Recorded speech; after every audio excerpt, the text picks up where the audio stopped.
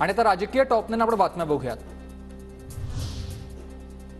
शिवसेनेसाठी आजचा दिवस काळा दिवस आहे। ज्यांनी सावरकरांचा अपमान केला आहे त्यांच्या मांडीला मांडी लावून आज बसले आहेत। बाळासाहेब काँग्रेस सोबत गेले तर दुकान बंद करणार असं म्हणाले होते आणि त्यांच्याच सोबत आता गळाभेट करत आहेत। एकनाथ शिंदेंचा हा ठाकरेंवर हल्लाबोल।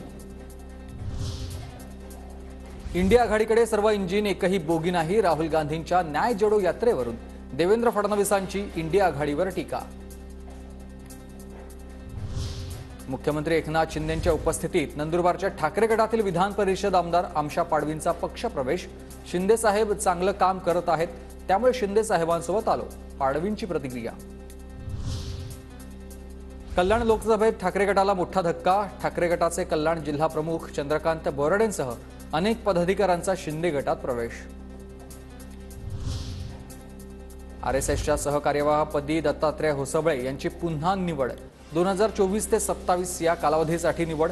अखिल भारतीय प्रतिनिधी सभेत होसबळे यांच्या नावावर शिक्कामोर्तब। काँग्रेसकडून नांदेडमध्ये कोणीही उभं राहिलं तरी भाजपचं 100% मतदान यशस्वी होईल। अशोक चव्हाणांकडून हा विश्वास आहे।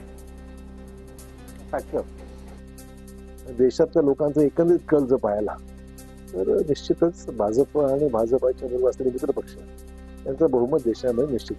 कोणाचं नाव येऊ काही फरक पडत नाही। ही जागा भाजप 100%। मी शिवसेनेचं काँग्रेस होऊ देणार नाही। दादरमधील शिवाजी पार्कमधील राहुल गांधींच्या सभेच्या पार्श्वभूमीवर मानखुर्द परिसरात बॅनर। वकील असीम सरोदेंना शिवसेनेकडून नोटीस। 2 दिवसात माफी मागा नाहीतर अब्रू नुकसानीचा दावा ठोकणार। बालाजी कल्याणकर आक्रमक झालेत। शिवसेनेचे 12 आमदार हे ठाकरे गटाच्या संपर्कात असल्याचं सरोदेंनी केलं होतं वक्तव्य। रामटेक लोकसभा मतदारसंघावरून भाजप शिवसेनेत रस्सीखेच। रामटेक भाजपला देण्यासाठी शिंदेंकडे विनंती करणार। चंद्रशेखर बावनकुळेंची माहिती।